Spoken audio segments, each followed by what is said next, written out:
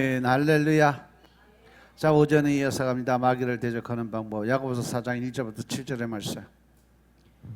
너희 중에 싸움이 어디로 다툼이 어디로 쫓아나느뇨? 너희 지체 중에서 싸우는 정욕으로 쫓아난 것이 아니냐? 너희가 욕심을 내어도 얻지 못하고 살인하며 시기하여도 능히 취하지 못하나니 너희가 다투고 싸우는도다. 너희가 얻지 못함은 구하지 아니하며 구하여도 받지 못함은 정욕으로 쓰려고 잘못 구함이니라. 가늠하는 여자들이여, 세상과 벗된 것이 하나님의 원수임을 알지 못하느뇨? 그런즉 누구든지 세상과 벗이 되고자 하는 자는 스스로 하나님과 원수되게 하는 것이니라. 너희가 하나님이 우리 속에 거하게 하신 성령이 시기하기까지 사모한다 하신 말씀을 헛된 줄로 생각하느뇨?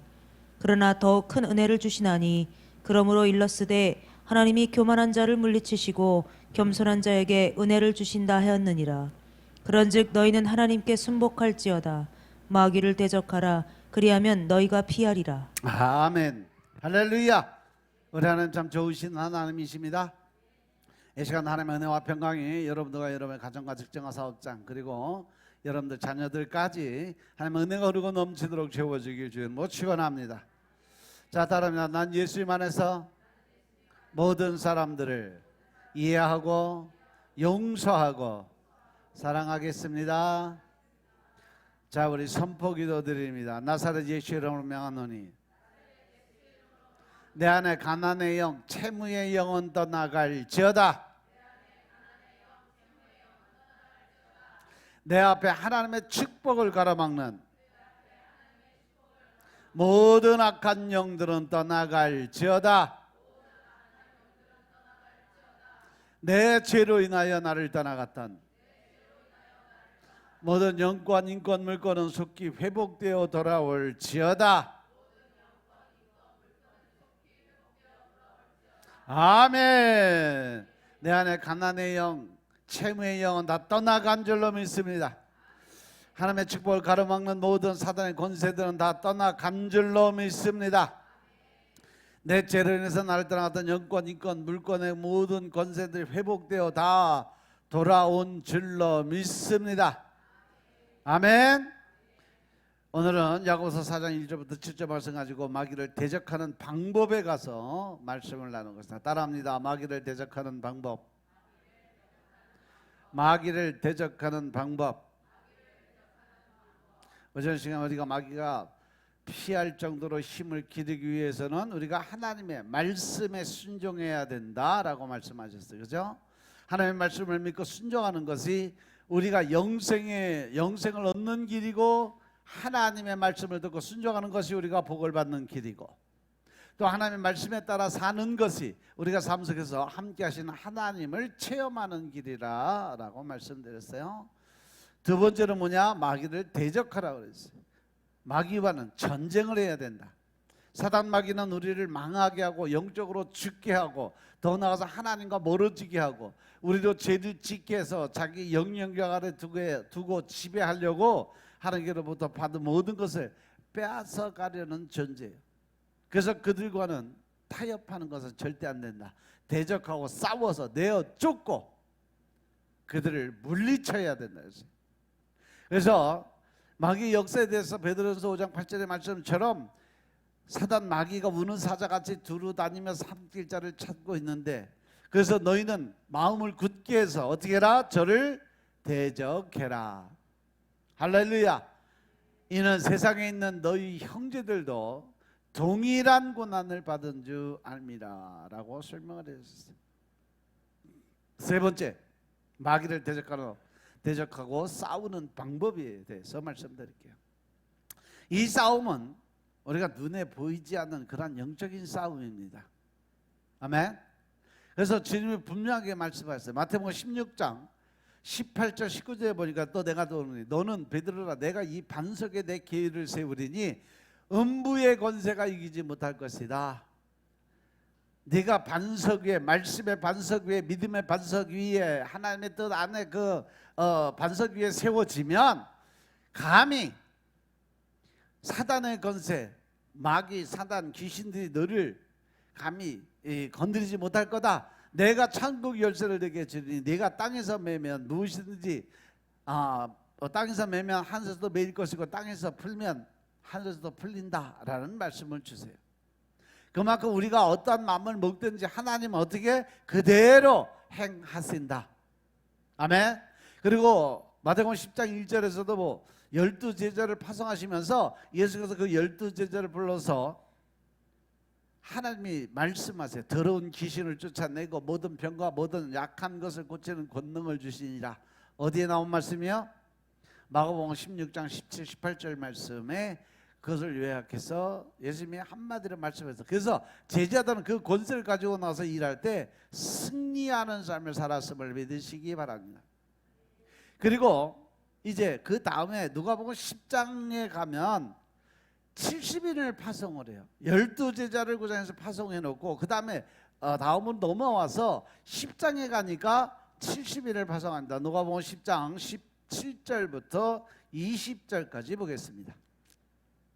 누가복음 10장 17절부터 20절 말씀.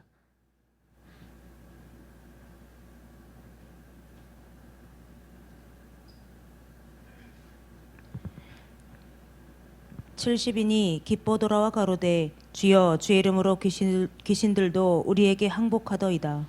예수께서 이르시되 사단이 하늘로서 번개같이 떨어지는 것을 내가 보았노라. 내가 너희에게 뱀과 전갈을 밟으며 원수의 모든 능력을 제어할 권세를 주었으니 너희를 해할 자가 결탄코 없으리라. 그러나 귀신들이 너희에게 항복하는 것으로 기뻐하지 말고 너희 이름이 하늘에 기록된 것으로 기뻐하라 하시니라. 아멘. 할렐루야. 마가복음 9장에 보면 그 간질병 걸린 그 어린아이들 고치는 장면이 나오죠. 거기에 보면 제자들이 그 귀신을 내어 쫓는데 안 나가. 왜? 여기서 그들이 이미 나가서 기적과 이적과 능력을 행해서 귀신도 쫓아내고 병도 고치고 다 했던 사람들인데, 이 제자들이 이 어린아이 하나를 놓고 지금 씨름을 하고 있다. 결국은 예수님이 오셔서 그 병을 고치는 사건이 있었는데, 나중에 가서 이제 다시 설명을 해주겠지만 그들이 와서 물어봐요. 어떻게 우리가 하면 안 되느냐고 물었을 때 예수님이 하신 말씀이 있어요. 그래서 누가복음 10장을 보면 크게 네 가지 주요 사건들로 기록이 되는데, 제일 먼저 70인 이 전도단의 파송이 있었고, 두 번째 전도 이후에 그리스도 예수님이 말씀하신 교훈의 말씀이 있어요. 그리고 선한 사마리아인의 비유가 있고 마리아와 마르다의 교훈이 이 누가복음 10장에 기록이 되어 있어요. 그리고 누가복음 10장 1절부터 16절의 말씀, 바로 70인의 제자를 파송하는 장면. 9장에서 예수께서 성과 마을에 12제자를 파송하신 뒤에 곧이어 70인을 세워서 둘씩 짝을 져 전도하도록 내어 보내셨어요. 그만큼 예수님의 중정 사역이 뭐였다는 거예요? 복음 전도 사명이었어요. 이제로도 출세할 것이 많은데 일꾼이 적다 하시면서 전도의 중요성을 강조하시는 거죠. 아울러 제자들의 귀신과 병을 제어할 수 있는 능력과 권위를 부여줬어요. 12제자를 파송하는 기사는 마태, 마가, 누가가 함께 기록을 했는데, 중요한 건 70인의 이 제자 파송은요, 오직 누가만 기록하고 있는 것이 특징적인 거예요.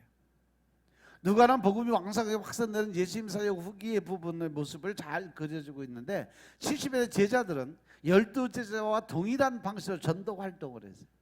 집에 들어갈 때 평안을 선포했고, 평안의 축복을 받은 집에 머물며 하나님 나라 가까웠다고 선포를 해서 복음 전도 사명을 감당했어요. 그리고 만약 그들이 제자들을 영접하지 아니하거든 거리에서 먼지도 다 떨어버리고 하나님 나라 가까이 온 줄을 알라고 전하도록 하라고 그랬어요. 이 70인 전도대는 어떠한 상황에서는 하나님 나라가 가까이 왔다, 이제 때가 다가왔다, 예수님의 재림의 때가 왔다, 이것을 전도하고 복음 전하는데 최선을 다하고 그들에게 주신 요점은 바로 전도가 목적이었어요. 지금 이 시대에도 바로 그 전도가 우리의 사명인 줄로 깨달으시기 바랍니다. 예수님께서 12제자 파송한 것과 70인의 제자들을 파송한 것도 다 그 전도의 사명을 우리에게 심어주기 위한 하나님의 방법이었음을 깨달으시기 바랍니다. 따라서 하나님 나라는 계속해서 구속 사역을 성취하고 성령을 보내심으로 인해서 하나님 나라는 성령으로 말미암은 의와 평강과 희락의 마음이 그곳에 임하게 된다. 이 세 가지는 예수 그리스도로 말미암아서 이 땅에 전파가 되게 되어 있어요. 예수님의 복음을 거부하는 유대 지역 사람들, 고라신, 벳세다, 그다음에 가버나움에 대해서 회개하는 드로와 시돈을 비교하면서 소돔의 때보다도 더욱 엄중한 심판을 하게 될 거다. 그들이 그렇게 받을 거다라고 예고의 말씀을 주셨죠. 고라신은 갈릴리 바다 그 북중부 도시인데 가버나움과 벳세다 가운데 있는 것이 바로 이 고라신이에요. 벳세다는 갈릴리 동부부에 있고 베드로, 안드레, 빌립의 고향이에요. 그리고 가버나움은 위로의 마을이라는 뜻을 가지고 있고 신약 성경에서 언급된 유대 마을의 표징적인 것이 바로 가버나움이에요. 신약 성경에서 예수님의 고장, 예수님의 집이라는 곳이라 불릴 정도로 예수님과의 공생애가 아주 밀접한 곳이기도 한 것이 바로 가버나움이에요. 예수님이 이 가버나움에서 모든 활동하는 것들이 성경 기록이 세세하게 다 들어있죠. 그리고 이곳에서 예수 그리스도의 제자들인 시몬, 베드로, 안드레, 그 다음에 야고보, 요한이 거기서 예수님의 부름을 받았음을 깨달으시기 바랍니다. 그리고 세관에서 일하던 알페오의 아들 레위도 이곳에서 예수님을 만나 제자가 되었어요. 복음 전도는요, 하나님께서 택한 자를 구원하시는 유일한 수단이고 복음에 순종하지 않는 자에 대한 심판의 의미까지 가지고 있음을 깨달으시기 바랍니다. 그래서 이 복음 전도는 노방전도, 또 축구전도, 관계전도 다양하게 이루어져야 돼요. 그러면 심령이 가난한 자들, 예비자들이 발견되고 그들을 전도를 해야 되는데 그러한 잃은 양을 찾는 전도가 반드시 필요하다는 거죠. 그리고 오랜 기간 동안 인격과 관계를 형성하면서 삶 속에서 복음을 전도하는 방식도 효과적이라고 할 수 있어요. 한 사람 전도하기 위해서 어떤 사람은 뭐 1년, 2년, 뭐 10년, 20년, 30년까지도 투자를 해서 기업을 전도하시는 분들을 봤어요. 복음 전도는요, 주의 명령에 순종하는 행동이고 주 예수의 복음을 전파하면 그 위에 수용자의 태도로 결정하는 것이 되는 거죠. 예수님께서 보내신 제자들의 말을 듣는 것은 예수님의 말씀에 순종하는 것인 것임을 깨달으시기 바랍니다. 전도자들을 무시하고 외면한 것은 곧 예수님을 저버리고 멸시하는 것과 같다라고 그랬어요. 예수님께서 보내신 제자들은 하나님 나라가 가까운 것을 전했고 오순절 이후에 주의 사역자들은 하나님 나라가 곧 온 것을 성령의 오심과 함께 이적과 기적을 나타내 보였고 그것을 통해서 전도를 해서 하루에 2,000명, 3,000명, 5,000명 이러한 식으로 그들이 변화된 것을 볼 수가 있어요. 그래서 누가복음에 있는 70인의 전도 이후의 보고의 교훈을 보면 70인의 활동을 끝낸 뒤에 예수님께서 기뻐하고 돌아와서 사역 보고를 한 것이 바로 17절 말씀이에요. 그 예수님께서 그들의 사역을 사탄이 하늘에서 떨어진 것을 보셨다고 말씀하시고 그리고 전도자들에게 뱀과 전갈을 밟으며 원수의 모든 능력을 제어할 권능을 주었다. 결코 그래서 그들을 예수님이 보내신 제자들 함부로 해할 자가 없을 거라고 말씀하셨어요. 그리고 귀신들이 항복하고 귀신들이 쫓겨나가고 그들이 물러가는 것을 보고 기뻐하지 말고 너희들 그런 능력과 권세 사용할 때 과연 누구의 이름으로 했느냐, 무엇을 위해서 했느냐. 권세와 능력을 나타냈음에도 불구하고 하나님의 의를 드러내고 하나님의 이름을 높이는 것이 아니라 자기가 드러나고 자기 이름을 높이고 있으면 그거는 사역이 아니다라는 거죠. 그래서 마태복음 7장 21절에 주여 하는 자마다 다 천국에 갈 수 없다 그렇게 말씀하시면서 22절에 보면 사람들이 주님 제가 세상에 있을 때 말씀도 선포하고 전도도 하고 복음도 증거하고 기적과 이적의 능력도 행하고 많은 것을 일하지 않았습니까? 나는 넌 도무지 알지 못한다 이 악하고 게으른 종아. 왜? 네가 하나님의 뜻대로 하나님의 방법을 일했냐? 그리고 그 모든 영광 하나님께 올려드렸냐? 다 네가 받아 먹었잖아. 네 방법으로 했잖아. 네 뜻대로 했잖아. 그거 나하고 상관없어. 그러니까 난 너 몰라. 이 말씀이에요. 그러니까 내가 어떻게 일을 했느냐, 귀신들이 쫓겨나가는 거 보고 우쭐우쭐 하지 말고 하늘의 제자들의 이름, 즉 하늘의 생명책에 내 이름이 기록이 될 수 있는지 없는지 그것부터 생각하라는 거예요. 믿으시면 아멘 합시다. 그래서 복음을 전할 수 있는 사람은 복음을 가진 사람들 뿐이에요. 그래서 복음의 사람은 하늘 생명책의 이름이 기록되어 있음을 기뻐해야 된다, 이 말씀인 것을 믿으시기 바랍니다. 또한 복음을 듣고 구원받은 사람의 이름도 하늘에 기록될 것을 확실히 믿어야 된다. 이 전도자는요, 자기가 전한 사람의 이름이 하늘에 기록될 유익과 기쁨을 알고 체험을 하게 됩니다. 예수님께서 70일의 보고를 들으면서 성령으로 기뻐하셨어요. 그리고 아버지께 기도를 드립니다. 아버지의 뜻은 세상에 아들 하나님 곧 예수를 나타내고 또 나타난 그 아들 예수님을 믿는 것이라고 말씀하세요. 그 하나님의 일은 아들의 소원대로 계시를 받은 자가 할 수 있는 일이다라고 말씀하신 것이 22절의 말씀입니다. 그리고 제자들에게 복이 있음을 선언하십니다. 그때 내가 저희에게 밝히되 내가 너희를 도무지 알지 못하니 불법을 행하는 자들. 여기 말고 누가복음 10장, 복음을 영접한 우리도 그 메시아를 믿음으로 바라봅니다. 그러니 얼마나 복된 사람들이에요. 그럼에도 복음이 실체이신 예수님을 실제로 보고 함께 먹으며 만지는 복은 상상만 해도 이 가슴에 막 끌어오르는 그런 열정이 생기지 않을까요? 그러나 예수님께서는 보지 않고 믿는 자들이 더 복되다라고 말씀하셨음을 깨달으시기 바랍니다. 그러면 우리들이 마귀와 대적할 때 어떻게 해야 승리할 수 있을까? 에베소 6장 11절의 말씀처럼 마귀의 간계를 능히 대적하기 위해서 하나님의 뭐를 입어라? 전신갑주를 입어라.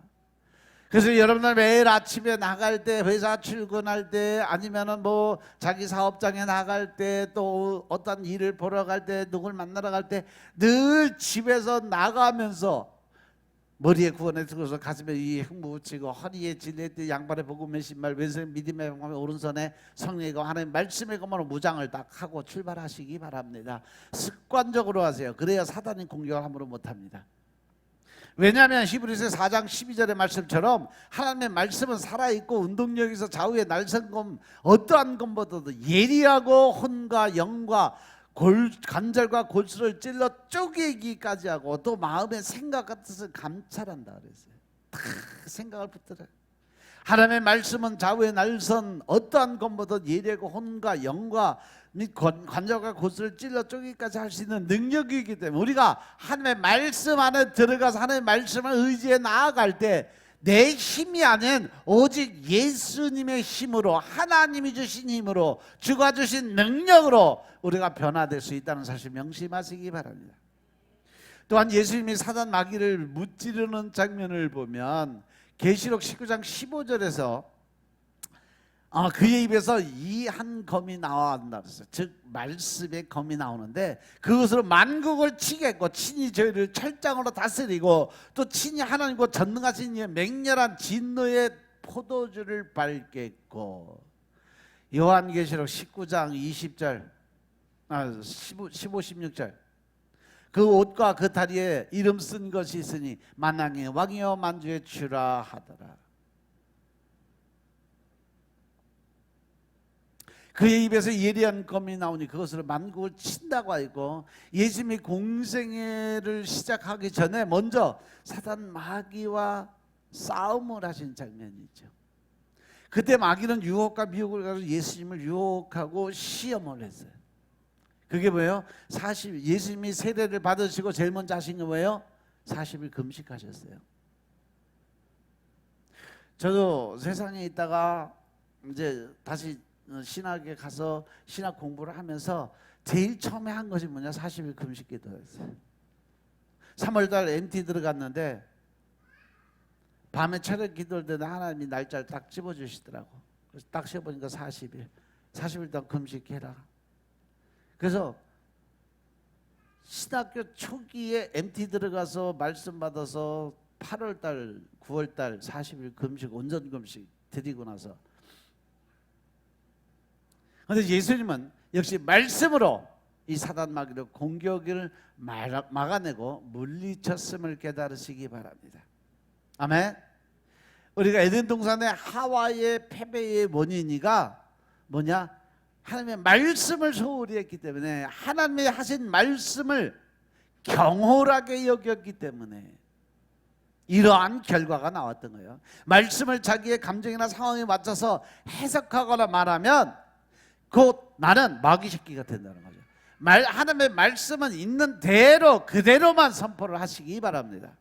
사단 마귀가 싸울 때 말씀의 검을 가지고 싸워야 되는데, 그 검이 자기 마음대로 휘어지고 늘어지고 뭐 쪼그라들고 깨지고 이러면 그 하나님의 권세 능력을 사용할 수가 없는 겁니다. 그 두 번째 뭐냐? 믿음의 방패를 들어야 된다. 사단 마귀의 공격에 우리들은 믿음을 굳게 서서 흔들림이 전혀 없어야 돼요. 절대 좌로나로나 치우치지 말아야 돼요. 욥이 사단의 시험을 받아서 모든 재산을 잃고 자녀를 10명이나 잃고 자신은 병이 들어 고통을 당하지만, 그러한 중에도 그가 지킨 건 뭐예요? 믿음이었어요. 하나님이 나와 함께 하신다는 믿음. 고린도전서 16장 13절에 보시면 깨어 믿음에 서서 굳게 남자답게 강건하라고 그러고, 14절에 보니까 너희의 모든 일을 사랑으로 행하라 라고 말씀하셨어요. 따라서 온갖 마귀의 공격이 흔들림이 없이 믿음의 방패로 막아내고 든든히 서 있어야 되는 사실 명심하시기 바랍니다. 그리고 기도드리는 걸 소홀히 해서는 절대 안 된다. 하나님과 친해지기 위해서는 어떻게 해야 된다? 매일 성전에 나와 하나님을 찾고 부르짖고 말씀 안에 들어가서 그 말씀의 뜻을 깨닫고 묵상하며 하나님과 더 가까워지는 영적인 생활을 해야 된다.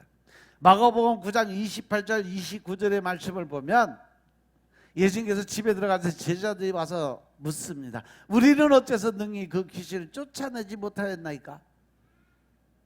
얼마 전에 예수님께서 권세와 능력 줘서 나가서 우리가 능력 행할 때 우리가 입에서 나오는 말씀 한마디로 귀신이 쫓겨나고 병자들이 낫는 그런 체험을 했는데, 오늘은 이 어린애들한테 왜 우리가 지금 하는데 능력이 나타나지 않습니까? 물어보니까 기도 외에 다른 것으로는 이런 유가 나갈 수 없는, 너희들이 기도를 게을리 했잖아.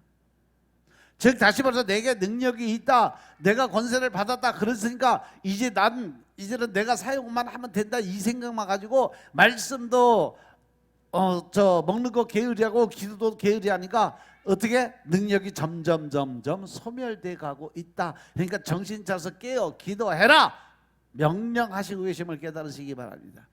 이것은 성경에 나와 있는 글이 아니에요. 이것은 그 성경 말씀에 기록된 한 예수님의 말씀만이 아니에요. 지금 여러분들에게 바로 여러분들이 그렇게 하라라고 말씀하시는 겁니다. 믿으시면 아멘 합시다. 이 말씀이 곧 예수님이 변화산에서 3명의 제자들과 내려오신 후에 일을 기록한 내용인데, 귀신 들린 아이가 있었고 그 아버지가 예수님의 제자들에게 귀신을 쫓아달라고 요청을 했지만 제자들이 쫓아내지 못한 상황이었어요. 그때 예수님께서 산에서 내려오셨고, 그 상황에서 예수님께서 이 상황을 들으시고 한탄을 하셨다 그랬어요. 어떻게? 믿음이 없는 세대여, 내가 얼마나 너희에게 함께 있으며 얼마나 너희를 참아야 되느냐라고 말씀하셨어요. 오늘 본문에는 그 유명한 말씀인 할 수 있거든이 무슨 말이냐, 믿는 자에게 능치 못할 일이 없느니라 라는 아주 유명한 성경 구절이 포함이 되어 있습니다. 제가 어렸을 때부터 암송했던 그러한 구절이요. 제가 이 말씀 무지하게 좋아했어요. 왜? 하나님을 믿기만 하면 뭐든지 할 수 있다, 하면 된다, 해보자, 그래. 이게 바로 하나님을 믿는 믿음의 사람들의 모습이지. 그래서 제가 많이 생각했던 누가복음 9장 27절 말씀이에요. 하지만 그렇게 기도 드린다고 해서 반드시 응답된 것은 아니에요. 우리의 기도는 하나님과 친밀하게 만나고 솔직하고도 확신 있는 아뢰음이 아니라 무기력과 때에 따라서는 패배감에 젖어 있는 경우도 참 많이 있어요. 기도를 드리긴 드리는데 마음에 확신이 없는 거. 그러니까 이게 될까 안 될까 의심과 불신의 마음 가지고 계속 기도를 드리는데 그 기도에 하나님의 응답이 될까 안 될까? 그래도 하나님은요 우리의 세미한 음성까지 들으신다 그랬어요. 듣기는 듣는데 우리의 믿음의 분량만큼만 일하신다라는 거죠. 믿으시면 아멘 합시다.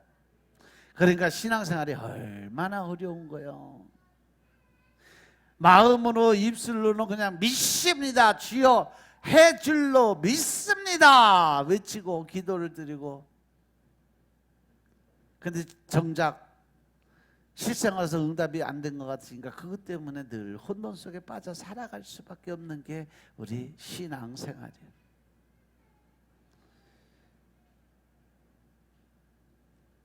이 마가복음 9장에 이 믿음이 없는 세대라는 것은 아이 아버지와 제자들을 두고 하신 말씀이에요. 그 아버지가 그리고 이 두 그룹의 믿음이 없음에 대해서 구체적으로 말씀하시고 회복할 수 있는 길을 열어주는데 그 회복할 수 있는 길이 뭐다? 기도다. 기도 외에는 다른 데가 나갈 수 없다. 그래서 먼저 귀신 들린 아이의 아버지 모습을 보면 마가복음 9장 22절에 보면 예수님께서 그 아비에게 물으세요. 언제부터 이렇게 됐냐? 물어보니까 어릴 때부터 귀신이 저를 죽이려고 물과 불에 자주 던져 물에도 빠지고 불에도 저 화상도 있고 그런데 무엇을 할 수 있거든. 우리를 불쌍히 여겨 주옵소서. 여기서 보면 그 아버지의 뭐가 보여요? 자포자기하는 마음, 포기하는 마음. 그러니까 뭘 할 수 있으면 좀 어떻게 좀 해주세요 이거잖아. 지금 여러분들의 기도가 바로 이러한 기도가 아니냐는 거죠. 예수님이 아이를 고쳐달라고 간청하는 아버지는 만약 당신이 뭘 할 수 있다면 이러한 말로 간청을 시작해요. 그의 말에는 약간의 믿음과 많은 원망과 의심이 잔뜩 들어있는 상태예요.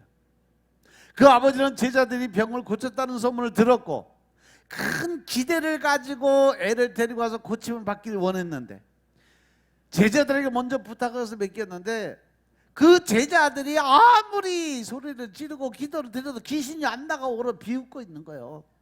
그러니까 그 아버지 마음에 뭐가 들어와? 실망, 절망, 좌절. 자기가 믿었던, 자기가 기대했던 모든 거 하나도 안 이루어지고 그냥 눈앞에 보이는 건 점점 더 아파가는 아들의 모습만 보이는 거죠. 그래서 실망하고 낙담한 상황에서 예수님을 만났으니까 그 입에서 나오는 소리가 좋은 소리가 나올 수 있겠냐는 거죠. 이미 실망감을 갖고 있던 그 아버지는 어차피 큰 기대는 없지만 그래도 혹시나 박시나 그러고서 뭘 할 수 있을지 모르니까 자포자기 기대를 보인 거죠. 근데 우리 기도가 지금 그런 기도라는 거예요. 하나님이 해줄 걸 확실하게 믿고 끝까지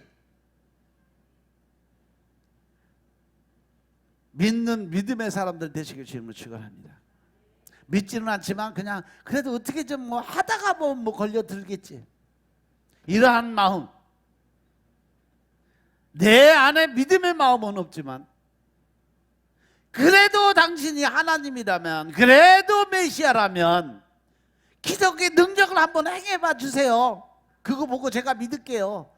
이 지랄하는 거지. 똑같아. 11조 뭐 하나님 저 11조 한 달에 1억씩 드릴 테니까 10억씩 주세요. 그럼 내가 1억씩 드릴게요. 똑같은 거지 뭐. 어? 그때 예수님께서 뭐라고 그래요? 아버지 요청은 예수님은 할 수 있거든요. 무슨 말이냐? 믿는 자에게 능치 못함이 없느니라. 할렐루야. 그러니까 내 안에 의심과 불신의 마음을 버리고 네가 믿는 그 하나님이 모든 거 알 수 있다는 그 능력을 믿어라. 믿으면 된다. 이 말씀이에요. 나에게 뭔가 할 수 있다면이라고 묻는 거냐? 아니, 내가 하는 것이 아니고 오히려 나는 너의 믿음을 보고 일을 할 거야. 그러니까 네 믿음이 온전하게 변했을 때 그놈은 고칠 수 있어. 근데 네가 계속 의심하고 불신하면 나는 그 일을 행할 수가 없다. 이 일의 결과가 이루어지고 안 이루어지고 누가 결정한다? 내가. 무엇으로? 믿음으로. 믿으시면 아멘 합시다. 예수님은요, 그 아비에게 내가 할 수 있는 것은 없어. 왜? 나는 너희 믿음을 보고 일을 할 거니까. 네 믿음이 온전하면 나는 일을 할 것이고, 네 믿음이 온전하지 못하면 난 일을 할 수가 없어. 이 말씀 드리는 거예요. 이해하시겠습니까? 믿음은 실패 때문에 원망하고 좌절하지 않는 거라는 사실 명심하시기 바랍니다. 실망과 낙심으로 인해서 아무 기대도 없이 기도드리고 있는 나를 우리는 자주 발견할 수 있어요. 습관적 상념적 기도, 의무적인 기도, 시간 때우기식 기도, 그러한 영적 무기력과 패배감, 힘이 없는 믿음은 아무 능력도 나타나지 못한다는 사실 명심하시기 바랍니다. 이 놀라운 일은 예수님의 능력이 하는 것이 아니라 아버지의 믿음으로 그 능력이 나타날 수 있다는 것이에요. 예수님은 하나님이 모든 것을 하실 수 있지만 이 하나님의 놀라운 일은 오직 믿는 자에게만 나타날 수 있는 능력이다 라고 말씀하시는 거예요. 아멘. 그러니까 그 아버지는 바로 나의 믿음이 없는 것을 도와달라고 그저서 바로 무릎 팍 꿇어버리잖아.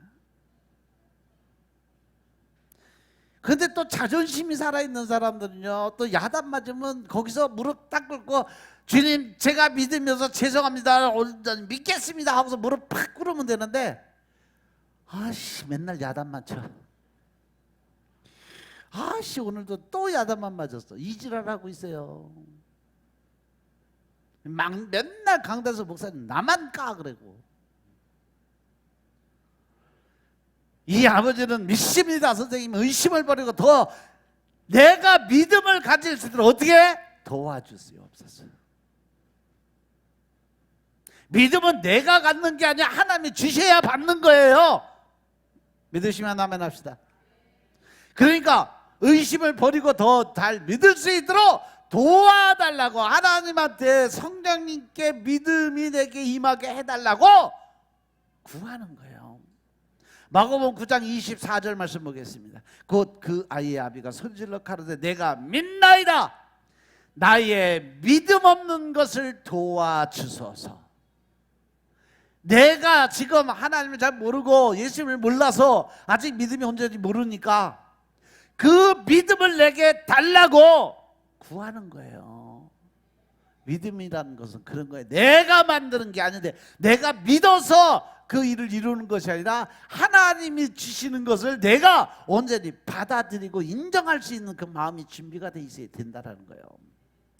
믿는다고 하면서 믿음 없는 것을 도와달라고 외치는 아버지의 말이 얼마나 간절했을까. 이 아들을 고치기 위해서 아버지는요 자기의 모든 것을 다 내려놨어요. 자존심, 자기 어떤 권위, 명예 다 예수님 한마디 말씀에 바로 무릎 팍 꿇고 바로 엎드렸어요. 이것이 믿음 없는 자들의 모습이에요. 읽기 쉬운 성경에 보시면 이것은 믿음이 적다, 의심이 섞여 있다는 의미고, 더 온전히 믿을 수 있도록 도와달라고 하는 그런 기도로 표현이 되는데, 그거 아니에요. 그 마음속에, 아버지의 마음속에 뭐가 있어요? 간절함이 있어요. 그 아들 하나 고치기 위해서 자기의 모든 걸 다 포기하고 내 던진 아버지의 마음이 그 안에 있음을 깨달으시기 바랍니다. 우리도 응답되지 않는 기도, 변하지 않는 상황, 또 변함없이 무기력한 영적 상태를 물리치고 이 아이의 아버지처럼 나도 주님 제게도 믿음이 없는 것을 도와주옵소서 기도드리시기 바랍니다. 그러면 하나님의 은혜가 임하게 되고 그 은혜를 통해서 하나님 우리에게 믿음을 더 크게 성장할 수 있는 그런 기회의 빌미를 준다는 사실 명심하시기 바랍니다. 그리고 예수님은 사람들이 점점 모여드는 것을 보시고 더러운 귀신에게 명령을 합니다. 이 벙어리와 기머거리게 되게 하는 귀신아, 내가 너에게 명령한다. 그 안에서 다시는 나오고 다시는 그곳에 들어가지 마라, 호통을 치십니다. 마가복음 9장 25절부터 27절 말씀 보겠습니다. 마가복음 9장 25절부터 27절 말씀. 예수께서 무리에 달려 모이는 것을 보시고 그 더러운 귀신을 꾸짖어 가라사대 벙어리 되고 기먹은 귀신아, 내가 내게 명하노니 그 아이에게서 나오고 다시 들어가지 말라 하시매, 귀신이 소리 지르며 아이로 심히 경련을 일으키게 하고 나가니 그 아이가 죽은 것 같이 되어 많은 사람이 말하기를 죽었다 하나 예수께서 그 손을 잡아 일으키시니 이에 일어서니라. 아멘, 할렐루야. 보니까 귀신이 말 못하게 하는 벙어리 귀신, 못 듣게 하는 기머거리 귀신, 허리 꼬부라지게 하는 허리 꼬부라진 귀신, 우리 몸에 나타나는 증상들은 그 귀신들이 그 안에 들어가서 사람들의 몸을 그렇게 괴롭히고 있다는 사실 명심하시기 바랍니다. 하다못해 감기가 걸려도 그 감기 귀신이 그 안에 들어간 거요. 또 이렇게 얘기했더니 또 2단이다 3단이다 또 다 찾고 난리들을 쳐요. 근데 성경에 나와 있는데 어떡할 거야? 성경에 그렇게 나와 있는데 말 못하는 귀신, 기머거리 귀신, 벙어리 귀신, 뭐 장님 귀신, 배 아프게 하는 귀신, 허리 꼬부라진 귀신, 예수님이 그 허리 구부러지게 만든 그 귀신, 이 허리 구부러진 귀신은 떠나가라 했잖아. 결국은 예수님의 말씀에 선포가 일어나니까 그 아들이 죽은 것 같았지만 다시 살아나는 역사가 일어났음을 깨달으시기 바랍니다. 그래서 예수님께서 밤중에 몰래 찾아온 제자들에게 그들의 그 나태한 믿음을 책망하시는 장면이 바로 이 장면이요. 제자들이 와서 왜 우리는 귀신을 쫓아낼 수 없었을까요? 물었을 때 예수님은 이런 귀신은 기도가 아니면 절대 나갈 수가 없다. 이러한 능력은 하나님과 교제를 통해서 끝없이 주시는 능력을 받아야, 기름 부음이 있어야 이 능력이 나타날 수 있는 거야. 근데 너희들 요즘 기도했냐? 요즘 말씀 열심히 묵상했냐? 물어보시잖아요. 너희들이 그걸 게을리하니까 너희들에게 그 권세와 능력이 점점 소멸돼서 이제는 귀신들이 너희를 비웃고 있는 거야 이놈들아 라고 말씀하시는 거죠. 믿으시면 아멘 합시다. 믿으시면 아멘 합시다. 그래요.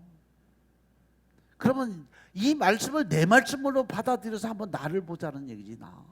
내가 선포하면 귀신이 나갈까 안 나갈까? 나갈까 안 나갈까? 나가요. 알았어. 데려다 놓고 이제 기도를 다 사역을 시켜봐야 알아. 이제 오늘부터 전교인 사역자가 되는 거예요. 이제 왜 아멘 안 하냐? 알았어. 오늘부터 주위에 있는 환자들 다 데리고 와. 주위에 있는 환자들 다 데려가서 치료해서 그 사람들 좀 편안하게 귀신들 다 쫓아내고, 제자들도 예수님께 믿음이 없는 세대라고 책망을 받는 거죠. 그들은 이전에 이적을 행하고 귀신을 쫓아내는 일을 행했어. 그런데 어쩐 일인지 이번엔 실패를 했어요. 그리고 그 이유에 대해서 묻는 제자들, 예수님은 기도 더 열심히 해서 능력 받아라. 지금 니들 실력 갖고는 아무것도 안 된다라고 말씀하시는 거예요. 기도 외에는 다른 것으로는 이런 유가 나갈 수가 없느니라. 아멘. 귀신 들린 아이를 데리고 아버지가 와서 귀신을 쫓아달라고 했을 때 제자들은 분명히 기도를 드렸어요. 그 능력이 자기들에게 나오지 않는다는 것을 그들은 누구보다 잘 알았어요. 그래서 당연히 열심히 기도를 드렸는데도 불구하고 왜 그들이 선포하고 기도하는데 귀신은 안 나갔을까? 그들이 평소에 하나님께 기도드리고 친밀한 시간을 날마다 갖지 않았다는 증거가 여기서 나온 거예요. 비록 다급한 상황에 기도를 드렸을지라도 평소에 기도를 쌓아놓지 않으면 위기의 순간에 능력이 나타날 수가 있다 없다? 없다. 아멘. 비록 그들이 이전에 귀신을 내쫓는 능력을 행한 경험이 있다고 해도 이전에 성공에 채서 날마다 훈련하고 연단을 받지 않으면 싸움에서 이길 수가 없는 겁니다. 따라서 기도의 훈련은 평소에 하는 거예요. 평소에. 발등에 불 떨어져서 주여 믿습니다 살려주세요, 이게 기도가 아니요. 이건 매달리는 거지. 평소에 하나님과 친해지려니까, 평소에 하나님과 가까이 지내려니까요. 아멘. 상황이 어려울 때 원망과 의심을 가득 품은 기도를 찾아드리는 날 돌아봐야 될 때요. 믿음 없이 그냥 뭐 좀 해달라고 생떼 쓰는 거지. 그건 기도가 아니라니까. 땡깡 부리는 거지. 기도라고 하기에 민망한 기도. 오늘 본문에서 예수님은 너의 믿음이 그 일을 한다라고, 내가 너의 믿음을 보고 일할 거야. 그러니까 네가 믿음을 가져라. 그 믿음은 하나님의 말씀 안에서 하나님의 주시는 은혜가 곧 내 믿음이 될 수 있다는 사실 명심하시기 바랍니다. 그리고 하나님 앞에 나아가는 평소에 진실한 기도가 믿음을 지키고 키우고 하나님의 능력을 온전히 드러내는 방편이 될 거라고 말씀을 하십니다. 겸손한 기도, 꾸준하게 하나님 앞에 무릎 꿇는 기도, 믿음으로 채우는 기도를 통해서 다시 하나님의 하신 일들을 소망하고 늘 기도에 힘쓰는 여러분들 되시길 주님으로 축원합니다. 그래서 기도로 영권을 가져야 돼요. 기도 드리는 사람에게 하나님은 그러한 사람들에게 하나님의 영적인 권세와 능력을 주신다는 사실 명심하시기 바랍니다. 그리고 성령의 능력을 받아야 돼요. 마태복음 2장 28절 29절, 12장 28절 29절에 보면 내가 하나님의 성령을 힘입어 귀신을 쫓아내는 것이면 하나님의 나라가 이미 너희에게 임하였다고 그랬어요. 여러분들이 하나님의 권세 능력, 즉 말씀의 권세 능력을 받아서 귀신 쫓겨나고 병을 고친 역사가 되면 이미 너희 속에 누가 임했다? 하나님의 나라가 임했다. 사람이 먼저 강한 자를 결박하지 않고 어떻게 그 강한 자의 집에 들어가 세가를 늑탈하겠느냐? 결박한 후에야 그 집을 늑탈하리라. 할렐루야. 마귀와의 싸움은 영적인 권능을 가지고 싸워야 돼요. 이 영적인 권세와 능력은 바로 성령님을 통해서 우리에게 주어진다는 사실 명심하시기 바랍니다. 그 성령님이 주시는 것을 어떻게 하느냐? 사도행전 10장 38절에 보시면요, 하나님이 나사렛 예수에게 성령의 능력을 기름 붓듯 하셨다고 그랬어요. 예수님도 성령님이 기름 부음이 임했을 때 능력을 행할 수 있는 권세가 생겼다라는 거죠. 그래서 그가 두루다니며 선한 일을 행하시고 마귀에게 눌린 자들을 모든 사람을 고쳤으니 이는 하나님이 함께 하셨음이니라. 할렐루야. 이제 말씀을 정리합니다. 우리들은 날마다 싸움터에서 살아가는 존재예요. 너희들이, 근데 우리가 싸울 것은 사람들 뭐 너 잘났니 나 잘났니 뭐 쟤는 잘났니 못났니 이러한 것을 갖고 싸우는 게 아니라는 거죠. 너희가 싸우는 것은 혈과 육의 싸움이라. 무슨 싸움이니라? 무슨 싸움이니라? 영적인 싸움이니라. 할렐루야. 우리의 주적은 사단, 마귀여, 귀신들과 싸워야 돼. 이 싸움은 우리 세상을 떠나는 날까지, 주님을 만나는 그날까지 끊임없이 우리가 숨이 붙어 있는 한, 이 땅에 살아있는 한은 죽는 그 순간, 숨이 끊어지는 그 순간까지 싸워야 되는 것이 영적 싸움인 것을 깨달으시기 바랍니다. 우리는 늘 깨어서 믿음에 굳게 서서 기도를 드림으로 악한 마귀 사단과의 선한 싸움을 싸우고 나아가는 여러분들이 되고 하나님의 은혜로 승리함으로 하나님 나라에 들어갈 때 천국 환송식을 하며 기쁜 마음으로 춤추며 갈 수 있는 여러분들의 삶이 되시길 제 이름으로 축원합니다. 아멘. 기도드리겠습니다. 아버지 하나님 감사합니다. 오늘도 아버지 우리가 삶 속에서 하나님 나라 영광을 위해 살아가게 하시고 능력과 권세 안에서 또한 아버지 하나님의 뜻을 깨닫고 알게 하시니 감사합니다. 우리가 늘 영육간에 관계 회복을 위해서 하나님의 뜻을 깨닫고 알기 위해서 늘 말씀에 집중하게 하시고 그 말씀을 묵상하며 기도드리며 하나님과 더 가까운 삶을 통해서 이제는 아버지 하나님의 권세 능력을 사용할 수 있는 자가 되게 하시고 또한 이 영적인 싸움에서 늘 승리하는 하나님의 군사적 역할을 감당할 수 있도록 주님이 축복하옵소서. 더큰 하나님의 사랑을 나누고 베푸시는 능력자들 세도 주님이 역사하여 주시옵소서. 모든 말씀 우리 주 예수 그리스도의 이름으로 감사드리며 기도드려사옵나이다.